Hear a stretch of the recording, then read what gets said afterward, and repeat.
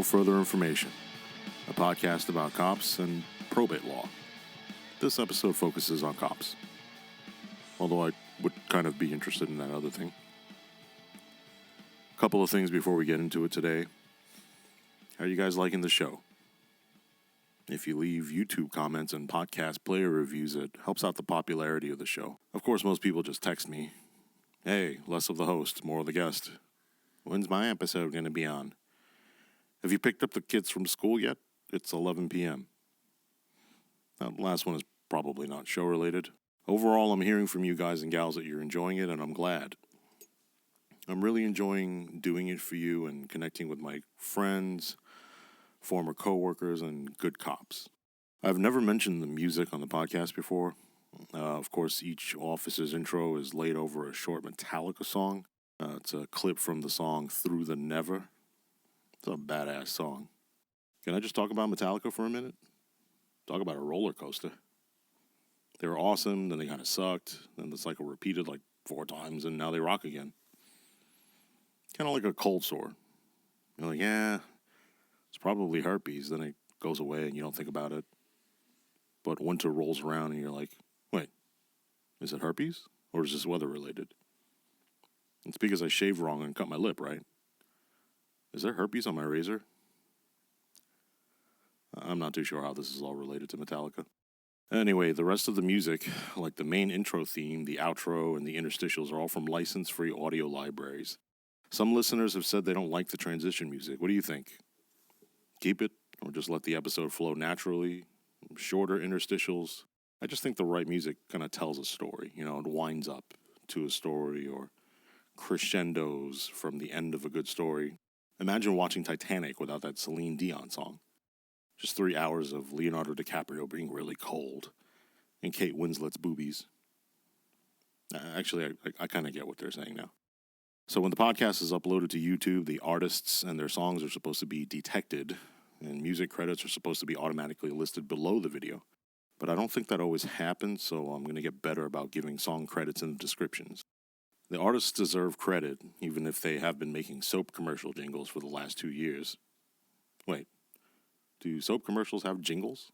And for that matter, why the fuck does soap need a commercial? Who thinks to themselves, I'm still really on the fence about that one bar of soap, but this commercial with a talking scrub brush is definitely nudging me in the right direction. I talked about merch a while back, and in the next few weeks, I'm going to release some designs for your consideration. Now, the problem is I have no fucking clue how to mass produce it. I have some sticker ideas, maybe a t-shirt. I'm not sure what looks good on what. Maybe I'll do both. If you have any ideas on how I can get a vendor who'd do that, I'd appreciate it. Just tell my sister-in-law, and believe me, it'll fucking get to me. Don't worry, she doesn't listen to the show. I may cap the quote-unquote season of episodes at around 20, since that'd be about 5 months worth. But I do want to work on some non-canon episodes. Maybe episodes where I tell some stories, a new segment I'm developing where cops talk about best spots to eat, since they know the best ones. And also very exciting to me is a series where I might sit down with cops' spouses or partners to have them tell their stories. Would you be interested in that? This is like me asking you, hey, I have courtside tickets to the Knicks game, but after we're done, would you also like to go play a pickup game in the parking lot? That's not a fair analogy, actually. Plus, it's kind of mean.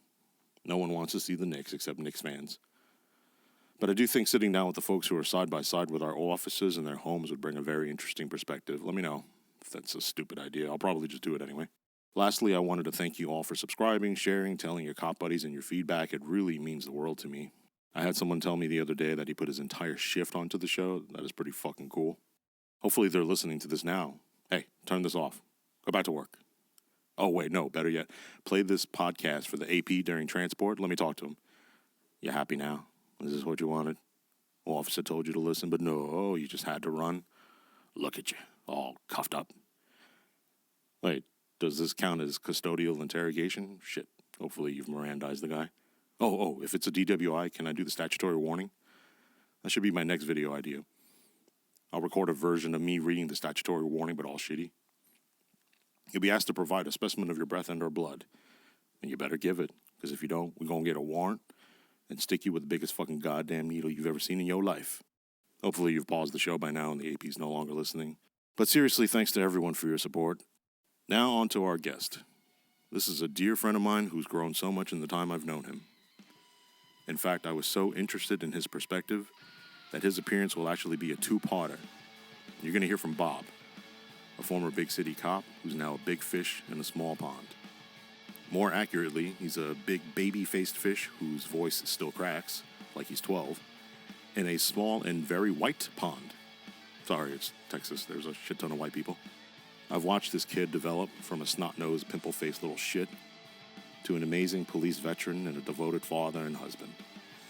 I know he's listening to this, and he deserves to know just how fucking proud of him I am.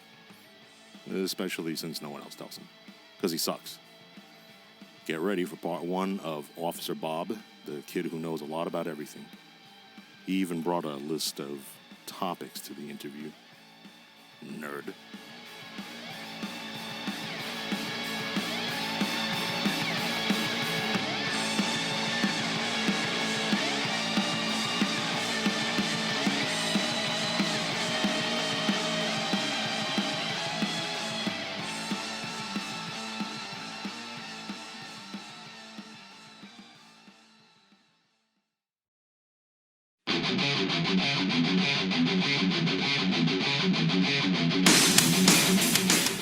Hi, I'm Officer Bob, and I'm a police officer in the state of Texas.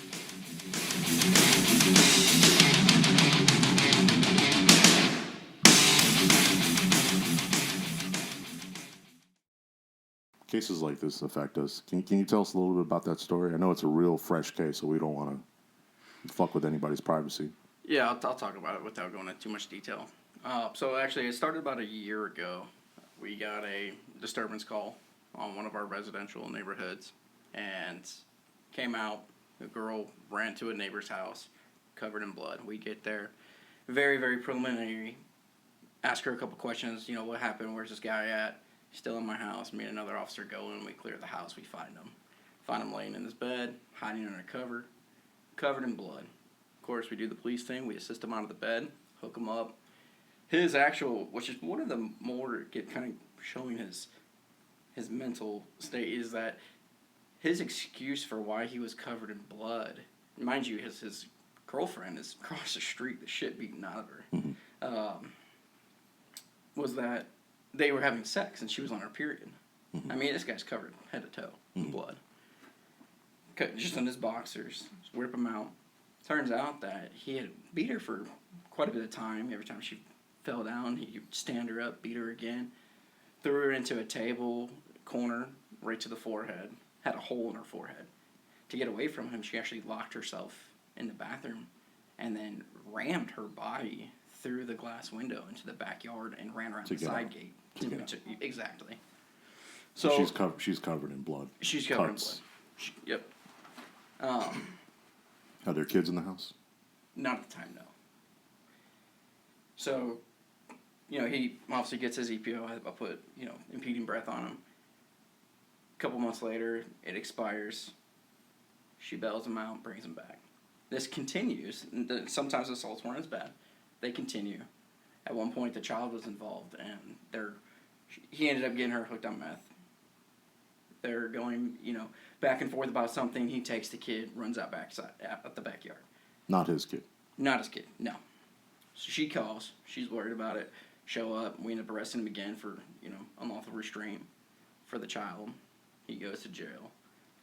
Now, a couple days ago, we get another call. I was covering patrol, but I was actually doing another assignment at the time. What was your assignment? Something stupid? Kind of. just tell our listeners. No. I recently went over to a different assignment. Yeah, and you were stationed there. Right, and you're not on patrol. Right, I was not on patrol. But now, this particular night, you were covering. No, actually, I wasn't. I was still. So I ended up with the new legislation going into effect, and SROs going to all the schools. I live where I work. Mm-hmm. And my kids go to this school. Mm-hmm. Well, my entire career, I have almost an 8-year-old, and I've never got to put him in bed, never, don't get to do those things because I'm always working. I've had day shifts here and there, but things happen. You get overtime. You miss events. You miss birthdays. You miss soccer games, football games. things like that. So this was a very good opportunity for my family. So I took it. Now I have holidays, nights, weekends, things like that off. And I'm on the same exact schedule as him and my wife. So I was actually there, but as soon as I heard this address, I mean, this is an address when I was working nights. I constantly rolled through there, checked out on her house. Even when he had the EPO, especially when he had the EPOs, I would always roll by. I know the cars that they drive, things like that. That's kind of the police where I like doing that. If I find a guy I know and he's got an EPO at a local hotel, I've actually, followed him and have Google Maps, 500 feet of the main roads, and I'm waiting for them to, make a right turn and go down this 100-foot road that, and I'm like, oh, gotcha. But, so I was actually working at the school, and I heard this call come out, heard the address, immediately got up, went to the car, got out there. We get out there, and she's again across the street, covered in blood. I mean, bad, beyond, recognition. Face is swollen, her ears are cauliflowered, she's got bite marks, contusions on the back of her head. They ended up making an entry. Was the door locked? No, it wasn't. Okay. And they ended up making entry. I got there right after they made entry because I had to run to the other side of the school and get my squad car. And they again find him, same spot, covered in blood. She ends up going to the hospital. She ends up having a brain bleed, 2 broken vertebrae, a broken hand, I believe a broken collarbone, damaged carotid artery, swelling to her face, contusions to the back of her head, and some of her injuries were life-threatening, so we're still kind of updating that. And he ended up he was actually on felony probation for when I arrested him a year ago. He had multiple probation violation warrants out that we took him for impeding breath, SBI, and interfering with a 911 call. He smashed her phone with the hammer. So hopefully he'll go away and not mess with her anymore. But my thing is, it's a tale as old as time. I mean, this isn't the first time we've seen something like this. No, this is 4th or 5th time. He's gotten out, gone right back. Part of it's the courts, part of it's her. I guess what I mean is not necessarily this couple. I mean, this scenario.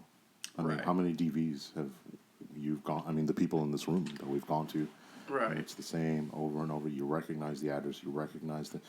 So, what do they teach you in SAFIC, right? Sexual assault, family violence investigators course. Like the certain words you use with the victim, and we leave the family violence brochures. They always have to be printed on bright green or bright yellow to stand out. All these little tips and tricks, but ultimately, it's just what the fuck can you do? I mean, she's hooked on the meth.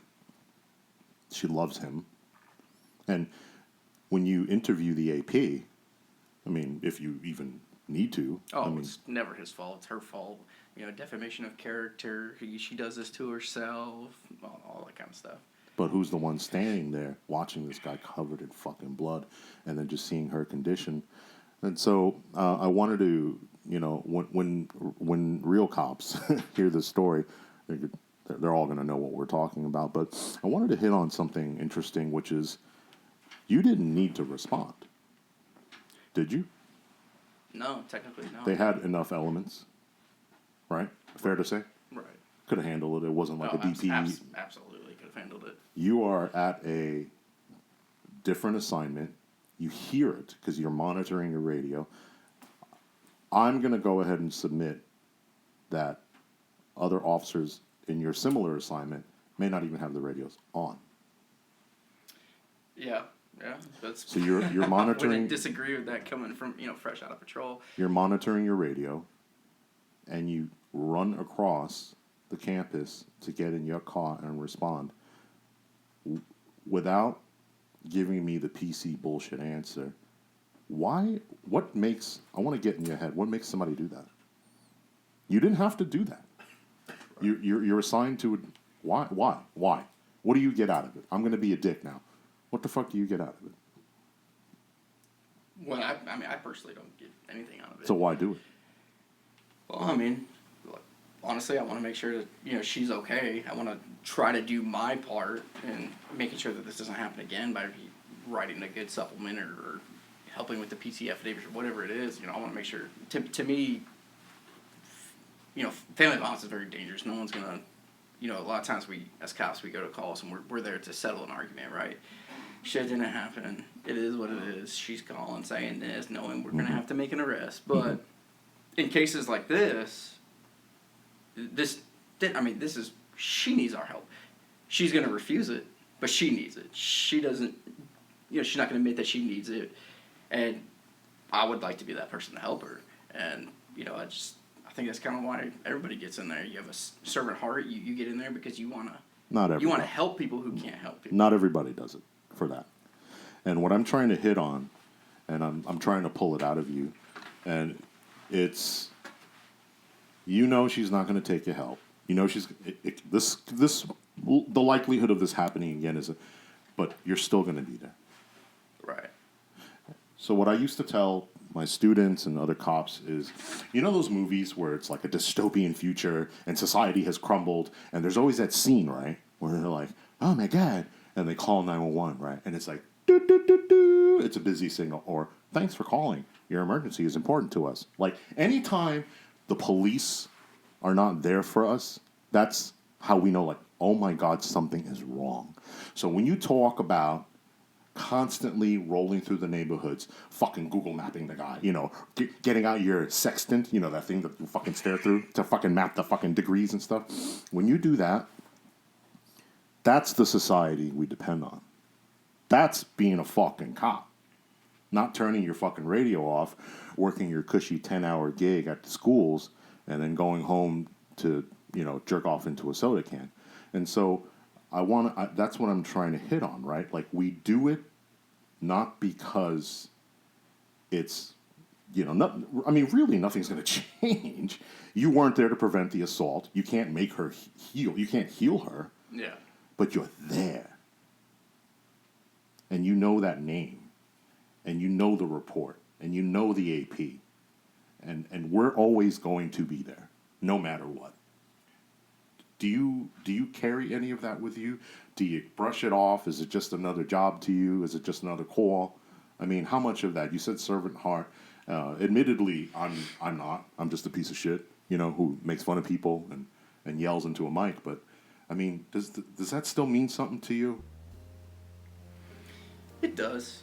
It does. I mean, I think it's, faded and come back in different ways, things like that, over my career. But it still does. Things, when you talk about cases like that, yeah, it does. Right, where they stick with you?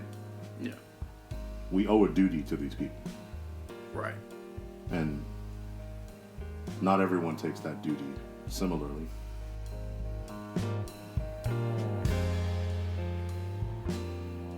Your path to the job is a little unique and not always something you had your heart set on. Is that fair? That is fair. You considered it. That is fair. Yeah, you considered it. Can you walk me through a little bit? Absolutely not. And you may or may not know all of it, too. So, no, I don't. I've never asked you in a formal setting like this. So my whole life growing up, I always wanted to do something serving, either be in the military or be a firefighter or be a cop, right? Some of it was the cool guy appeal, it's cool. Looks cool, looks badass, looks fun. You get to do stuff, right? Totally out of character for you at the time. Right? Totally out of character. Shall I share the Instagram handle with our listeners? Yeah. Or have you scrubbed the profile of all those? Oh, they're still in there. Okay. Well, first of all, hold on. I've applied. Hold on a second. Okay. So you gotta clean all that right? up. He's like, yeah, Smoothie King. So, I just feel like I could make the best smoothie with in his fucking muscle t-shirt. But it's not it's not these muscle t-shirts. Like the one that's like shredded. That's the one that's like really loose on their body. He wears that one. You can start from that point. They're cheap. You can see? Aha! I knew it. You cut the sleeves off yourself, okay? It doesn't get cheaper than that. Everybody knows that. But young, impressionable, had your eyes set on. You're kind of not sure, and then. Right, but it goes back further than that. Okay. So, when I was 5 or 6, I don't know if you know this, but you're very close to our family, so right, you know my siblings. Mine and my siblings' father was actually arrested, and for some weird way I've never really been able to explain it, but I've always felt like I've owed a debt to pay his debt, not mine. Yeah, you're carrying his debt. Right. You know, he was arrested. He did, I think, 10 years in prison. You know, up in northern U.S. But so that kind of started it, and then just, what do I want to do with my life? I always wanted a big driving factor for me was always I wanted to have a successful and healthy home life with my wife and my kids. So I looked at different ways I could do that, and like a dumbass, I picked being a cop. Wanted to be healthy home life, but so the little bit of debt that I always felt like I carried for somebody else that made decisions when I wasn't making decisions for myself. So, but you weren't like a bad kid. No, it's like you didn't have anything to like quote unquote atone for yourself. Right. It's like you carried this burden. Why did you feel like that was your burden? I don't know. Yeah, it's weird, right? Yeah. No, it's weird. I have no idea. Right, and it was something you knew as a kid that this happened. Daddy's in blank. You're just like, well, I guess I just have to try not to be a fucking piece of shit. Right, and exactly. So, as growing up, the father figure for me was, don't be like that. Right. So I've done everything to not be like that, and then I went to college, and my sisters and my brother-in-law, they met. That's how we met, you and I. Right. So I was doing my paper and needed to do a profile paper on somebody interesting. So I picked you, and we talked. We hadn't met at that. I feel like we hadn't. We hadn't. Right. No. We had never met at that point. I think I knew of you. Or like we had seen each other at a party or Christmas or somebody's graduation or no? Am I getting that wrong? Yeah, maybe. Yeah. It may have been a graduation. It might. Something. But I didn't know you. Yeah. Definitely not to the extent that I knew you after that. We'd never had a fucking conversation. Right. Yeah, I think I had seen you at some event, and yeah. You knew my brother-in-law a lot, right. and he would tell me stories, and I needed to find somebody interesting to write a paper on, so I chose you, and you laid it cliche, answered the call, yeah. and took my, sat there and answered all my questions for a couple hours, and I took a paper and wrote it, and then I think you invited me on a ride out, and that was probably my first, other than seeing a cop here and there or something happened and you talk to a cop, never part of any kind of investigation or anything, but you offered a ride out, and I went on a ride out with you in one of your old cities, and I think at that point I kind of knew exactly what I wanted to do. I feel like I was already kind of leaning that way, and you just put that last nail in, and we went that way, and a couple years later I ended up applying for an apartment, got hired on, and here we are. When we say, I mean, you're young, you're impressionable, you're kind of not sure. Now you have this, like, oh, you know what? I do think this is what I want to do. That's great and all, but somewhere along the way you're like, oh shit, like, can I do this? Is this the right job for me? I mean, did you always feel like, yeah, I fucking got this? No, I mean, especially at the time that I actually started the academy, I had a lot going on. I was learning how to be an adult myself. Right. I was about to be a father. I've never done that before. Which there's another story. That was totally planned. Absolutely. Yeah. Son, if you're wasn't our plan. Son, if you're listening to this 10 years from now, Daddy loves it. Yeah. So, and it's like, okay, so now you got to learn how to be a father, a partner to your spouse, or then partner. And then you have to also learn how to be a fucking cop and survive the academy. Right. So, no, yeah, there's a lot of unknowns. I think I fear the unknown, and I fear failure more than, anything else, but there's a lot of unknowns. So I've talked about this on previous podcasts with previous guests, but you're not a little guy, but you have a baby face. And I said, you're going to have to compensate for that. I heard that come up, I think, in one of the other podcasts. Yeah, because I'm a good supporter, and I liked and shared. But my motherfucking man. Yeah. And so when we talk about kind of compensating for that, did you ever run into that? So in the academy, one of the days the instructors were talking about characteristics of people who would you have to compensate for things. Mm-hmm. obviously mine was very obviously the baby face. To the point that they actually called me El Tigre, the tiger, because there's a joke saying, oh, when they see you get out of the car, they're gonna see your uniform and they're gonna be like, oh, hey, tiger, how'd you get that? Your dad letting you borrow that? Fucking Halloween. Yeah. Right. So in the academy, they actually call me El Tigre because of that. But on the street, I think my biggest the way I compensated for this was I knew what I was doing. I had the confidence because I knew what I could do. I knew what I could and I couldn't do, and I knew where the lines were, right? So, and I was never afraid to just show my knowledge. I'm not saying I was right all the time, but I would go home and I'm like, hey, this seems like there's a loophole somewhere, and I would start reading traffic code, or I would start reading the penal code and things like that, and I just knew what I could and couldn't do. And then at the time, I tried to stay athletic and always made sure, shine your boots, make sure your uniform's pressed, don't look like shit. You roll out of the squad car with powdered donut dust on you, and you don't know what you're talking about. I feel attacked. They're gonna see that. Yeah, I feel attacked. The other thing is I felt like because of my childhood, I grew up poor. Everybody looks at me now and they think I came from, I was a rich suburb kid and never had anything. No, I grew up poor. Single, my mom made minimum wage taking care of multiple kids. Many times we ate hot dogs, for dinner and or didn't eat. Right. So so being able to relate to some of these people, right? You can, and depending on the areas you work, you have to adjust how you address people. You don't just, working in one area of the city, you talk to people a certain way. You got to be able to adapt. So being able to adapt and being knowledgeable about what you can and can't do will carry you a long way. Well, you weren't working in Beverly Hills. No, right.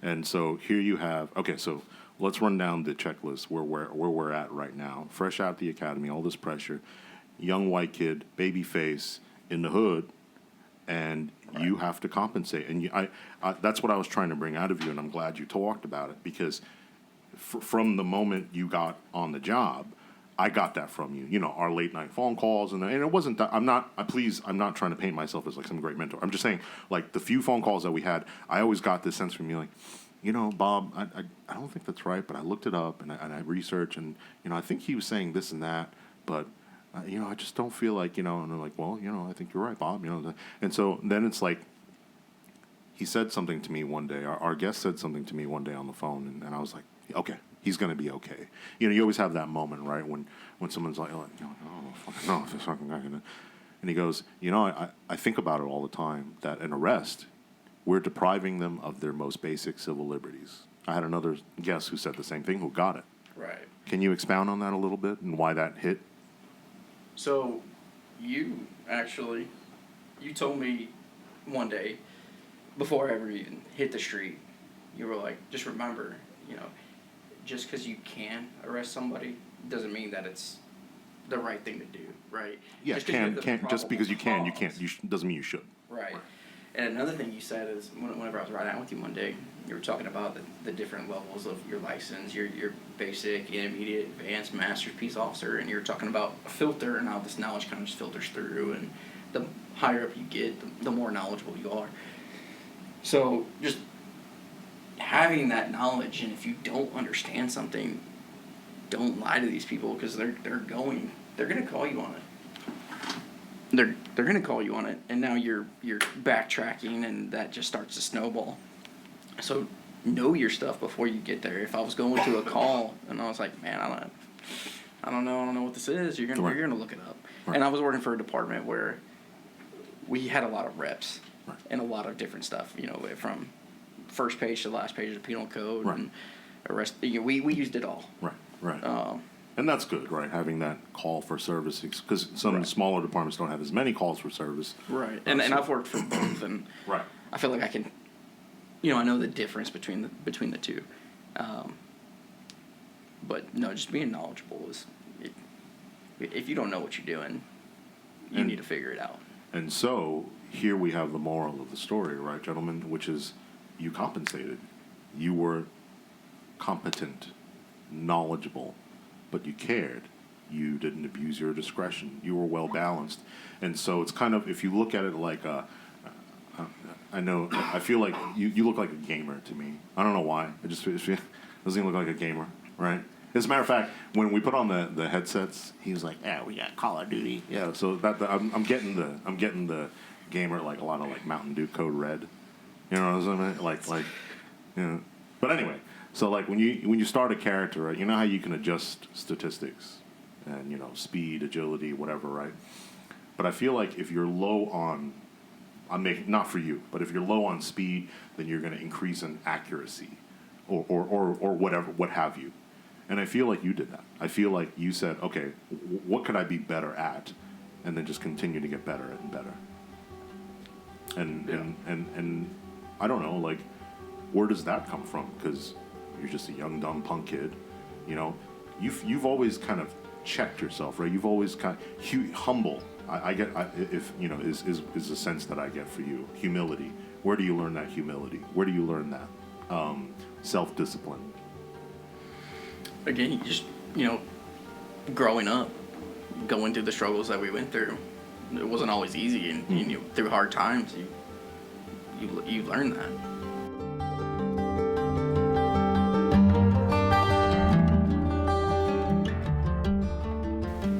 When you were at your previous deployment, you told me about a pretty harrowing story that resulted in a life-saving award.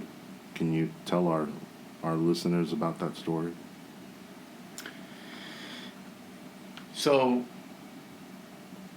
it's funny you say that, because that particular story is probably, in my opinion, I feel like the least deserving story, you know, of a life-saving award.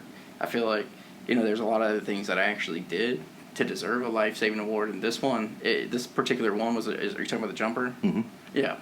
This particular one, you know, I always ask myself, I was talking to somebody about it the other day, because now that I have an office and, you know, I got all my awards hanging up, you know, I don't know if she actually would have jumped or not, you know, and there was a part with, you know, other officers involved too, but we were trying to find her. The call came out at another location.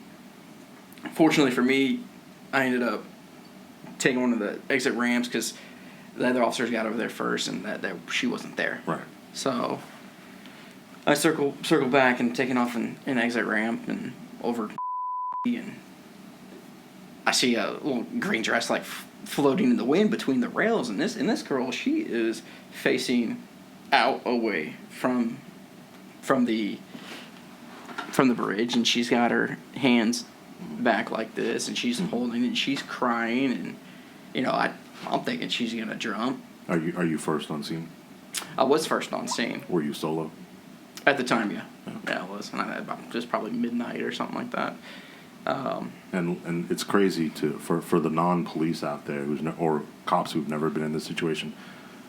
You don't know, like if I can just pick your brain for a second. I know this story maybe doesn't mean much to you, but I really want people to understand, like, what the fuck do you do? Who the fuck taught you anything about what to do in a situation like this? What was it, week 8 when they talked about jumpers? Like, you know, so you get there and you're like, oh my God. So now you're like, please don't jump. Please don't fucking jump. Please don't fucking jump. Yeah. You know? I remember standing there and I was like, I feel like my legs are going to give out. Like, right? I thought I was going to, you know, throw up on myself. Like, and your car, your fucking shield, your gun, your level 17 fucking holster, your triple mag light. Means nothing. Jack fucking shit. Means nothing. Yeah, we were able to actually talk her into turning back around, and and she was wasted too. You could smell the alcohol on her. Well, we or you.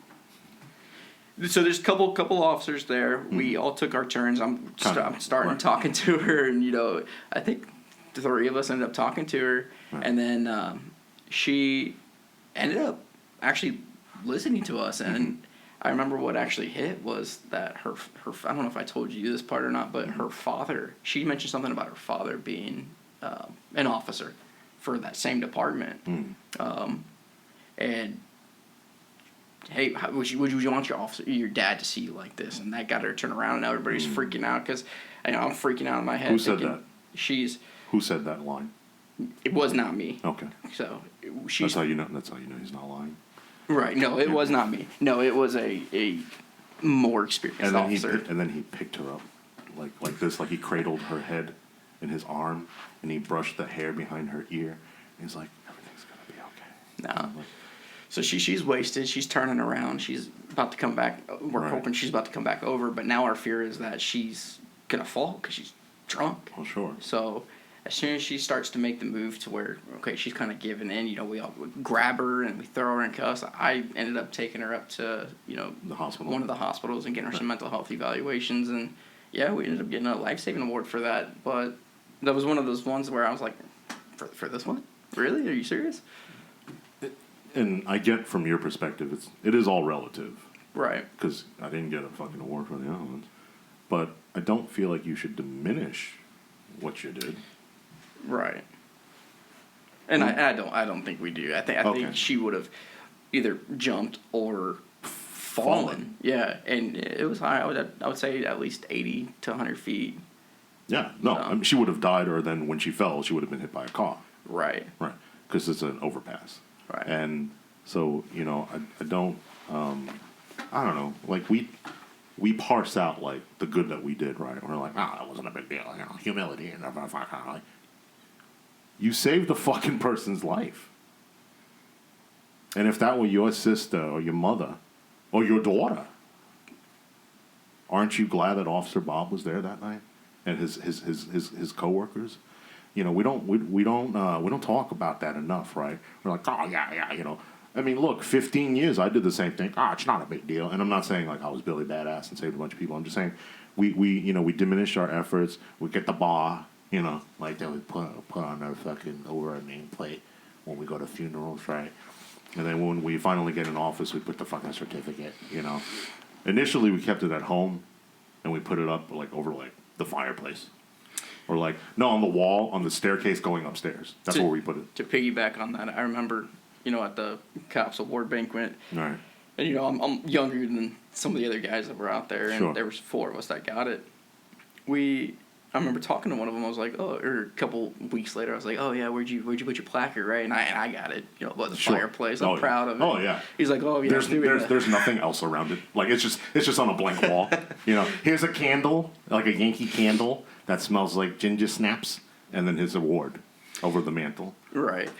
So I remember him saying, he was like, actually, he's like, yeah, dude, I threw it, and I know he's lying. I threw it in the drawer in the garage. Sure. Right, and sure. I was like, oh, come, be proud of it, and I am proud of that. I take that one award as kind of like I combined all the things that I did, and I'm like, the things that I personally felt like I was more deserving, but nobody took the time to write it up.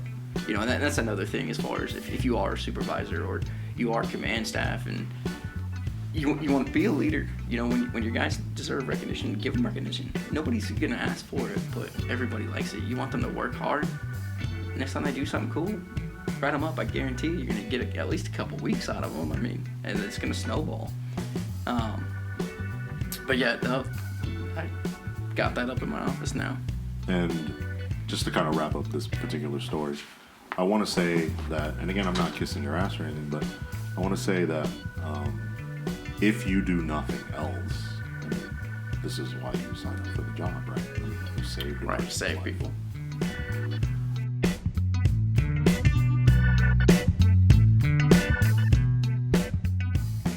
Tell me a story where you probably should have gotten an award. Give me one of the better ones. All right. So I'm not. He's like, all right, bitch. Fucking watch. And he like shifted in his chair, like, come fucking catch me outside. So prior to working where I'm working now, I worked for the department for 5.5 years. I was there. I worked for a couple different sectors or channels, we call them, not sectors, channels. I worked.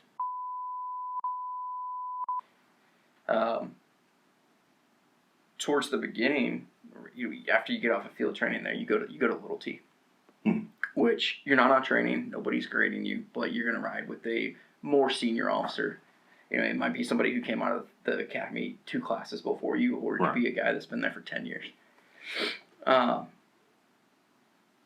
So after I got off of Loyalty, or I ride with a couple different guys, and I really like them. And once I get off of Loyalty, I ride with different guys, on different days of the week. They all have their partners, and when their partners are off, I slip in there, and we ride together. It was actually probably one of the more fun times in my career, because every day of the week I rode with a different guy, and then on my Fridays I always rode by myself. Me and another guy, I won't mention him.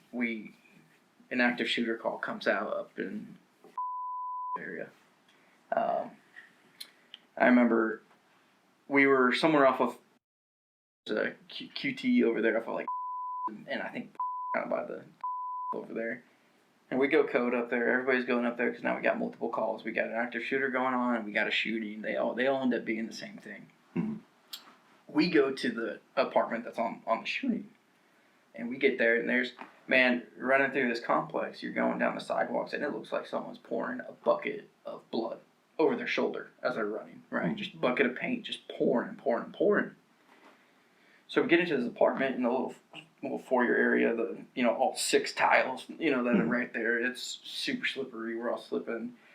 And the guy's got a gunshot wound to his left or right arm. I don't remember which one.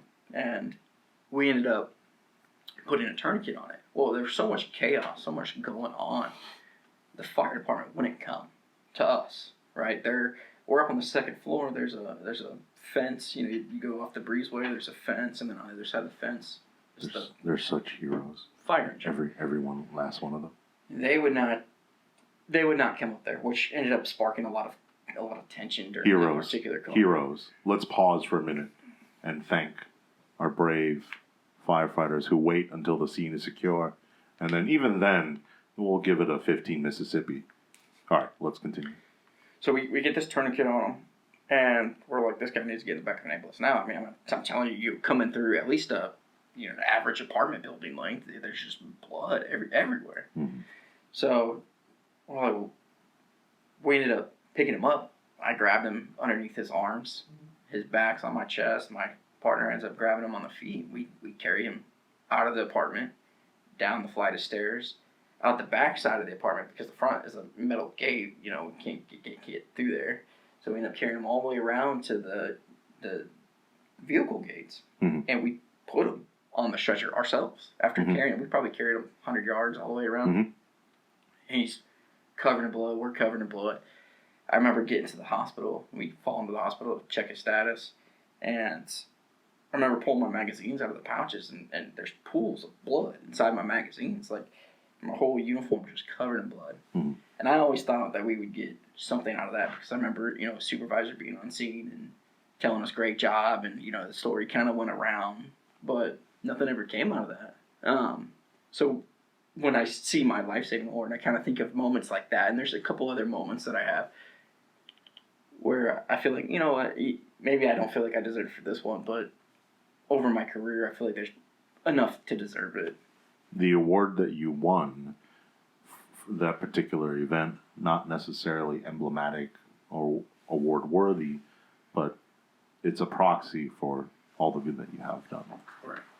And the fire department, like I said, they wouldn't come in because we didn't have a shooter in custody, right? We didn't know where the shooter was. Mm. Turns out that this guy that we saved his life, he was the shooter. Yeah, ND or something. Right. He something, at home playing with it or cleaning it or something. No. Just, a couple different little gangs. Something over a girl. He goes and he shoots at this group of guys. Misses every single shot. One guy shoots one time, hits him in the arm, and severs his artery. Hmm. So there's 2 shooters, but okay. 1 suspect. Okay. All right. And what goes through your head? So, you see a guy covered in blood, right? Ew, I don't want to touch him. I just want to wait for the fire department, right? I mean, I don't know if you're gonna die or not. There's a lot of blood, but what is the mechanism? What is the thinking? Well, I mean, some of us are trained. You have the knowledge. You know what you need to do. It's not up to us to pick who lives, who doesn't live. You do what you need to do. There's really not a lot of thinking in the moment. That's the point I was trying to make. You just do it. When you show up and there's a bitch about to jump off the fucking goddamn bridge, you don't like open up your like Siri. How do you stop? Like you just fucking get in there and you do it. Right. And then you build up the muscles. You build up the kind of sort of memory, and you're like, maybe next time it won't be as bad, even though it is worse or the same, and you just go and do it.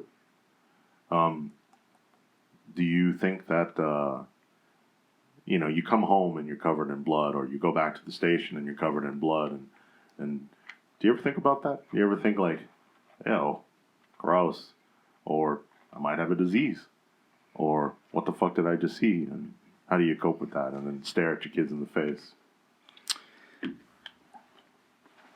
So that's actually something that at first you're kind of like, other than going to a funeral, I'd never seen a dead body before I started.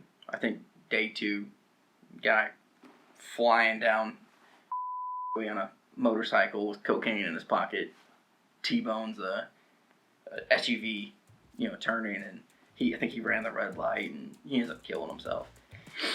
And I remember like, oh man, it's like the first dead body I've seen in a critical incident. And I remember after that, it wasn't 30 minutes after that, my trainer was like, let's go eat. We're sitting back at the station eating, and I'm thinking to myself, like, what the fuck? This dude was just dead on the street, and we're over here eating, and it was just, always baffled me. And then eventually you just kind of get numb to it, which is equally, scary, because eventually that all comes back when you least expect it. That, or when you lose someone in your personal life, when it's not work related, are you now the fucking psychopath that's right. not sad or doesn't cry? So something that my second base trainer told me, he said, when you go and you deal with these people, always treat them as humans. We call them 46s there, right? Just MHMR, CIT, whatever you want to call them. And he always said, we should treat them like people, because we're all just one incident away from being just like them. You lose a child, you lose a husband, you lose a spouse. Now you're crazy. Something clicked, and you're the crazy one, right?